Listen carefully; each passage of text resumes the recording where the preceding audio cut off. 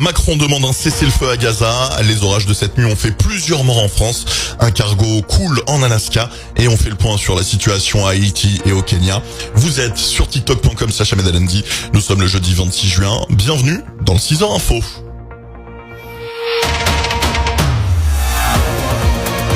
Le point complet sur l'actu. Kit News, le Flash Info. Ahmed Elendi. Réunis aux Pays-Bas, les 32 pays de l'OTAN ont adopté une ligne dure, porter leurs dépenses militaires à 5% du PIB d'ici 2035 face à la montée des menaces. Donald Trump, présent au sommet, a salué cet engagement et critiqué certains alliés, notamment l'Espagne, jugée trop timide.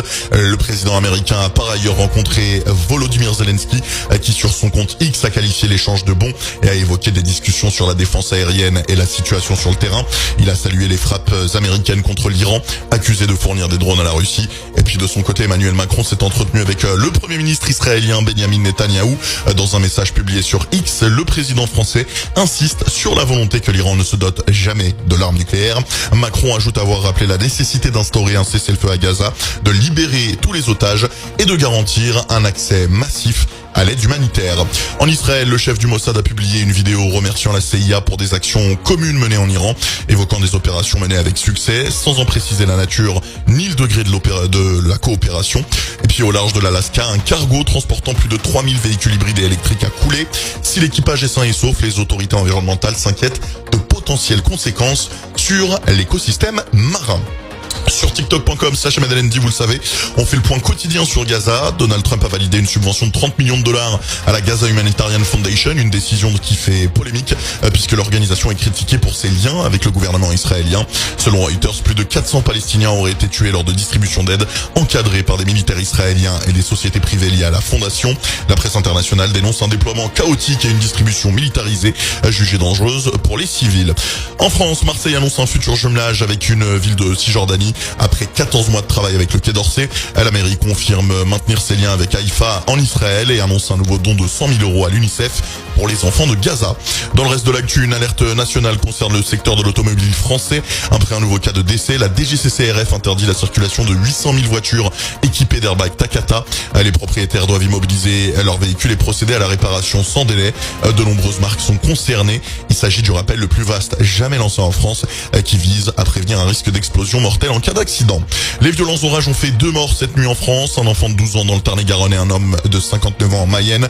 Des dizaines de départements restent placés en vigilance orange pour risque d'orage violent. Vous retrouverez le détail sur le site de Météo France. Petit rappel, la lutte contre ceux qui volent mon contenu continue. Signalez tous les comptes qui reprennent mes flashs. Le seul compte officiel étant tiktok.com/ahmedalendi. Seul compte qui traite également de l'information en Afrique et dans les Caraïbes et justement au Kenya.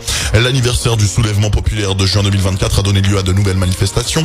Selon Reuters, au moins 2 personnes ont été tuées et plusieurs blessées ce mercredi lors d'affrontements avec la police et dans plusieurs grandes villes comme par exemple Nairobi et Mombasa. Les protestataires dénoncent notamment la brutalité policière, la corruption ainsi que le coût de la vie à l'origine d'un mouvement social profond. Et du côté d'Haïti, la situation reste extrêmement instable. D'après l'ONU, 1,3 million de personnes ont été déplacées en 6 mois et près de 85% de Port-au-Prince seraient aujourd'hui sous le contrôle de gangs. Ces derniers jours, des attaques ont visé des postes de police, des infrastructures électriques, laissant la capitale partiellement plongée dans le noir et dans l'insécurité. Des frappes de drones ont également tué des centaines de membres présumés de gangs dans un climat d'opacité juridique dénoncé notamment par plusieurs organisations. Les États-Unis, quant à eux, ont classé certains de ces groupes comme organisations terroristes. Une décision saluée par les autorités locales, mais critiquée par les ONG qui redoutent un blocage de l'aide humanitaire. Un petit mot de justice, le rappeur Kobalade a été condamné à 6 ans de prison ferme pour avoir causé la mort de son styliste lors d'un accident à grande vitesse. Il a reconnu ce mercredi sa responsabilité devant le tribunal correctionnel de Créteil. Le procureur avait requis 7 ans avec maintien en détention. Le 6h Info est à votre écoute. N'hésitez pas à proposer des idées de sujets. Pour ce faire, envoyez-nous vos idées par message privé et uniquement sur la page officielle Ahmed Elendi et non pas chez les voleurs de vidéos. La météo de ce jeudi 26 juin 2025. En France, Paris sera sous les nuages avec quelques averses. Averses notamment attendues dans le courant de l'après-midi. Le mercure affichera les 25 degrés. À Toulouse, temps couvert et instable, 27 degrés prévus avec vigilance orage en cours.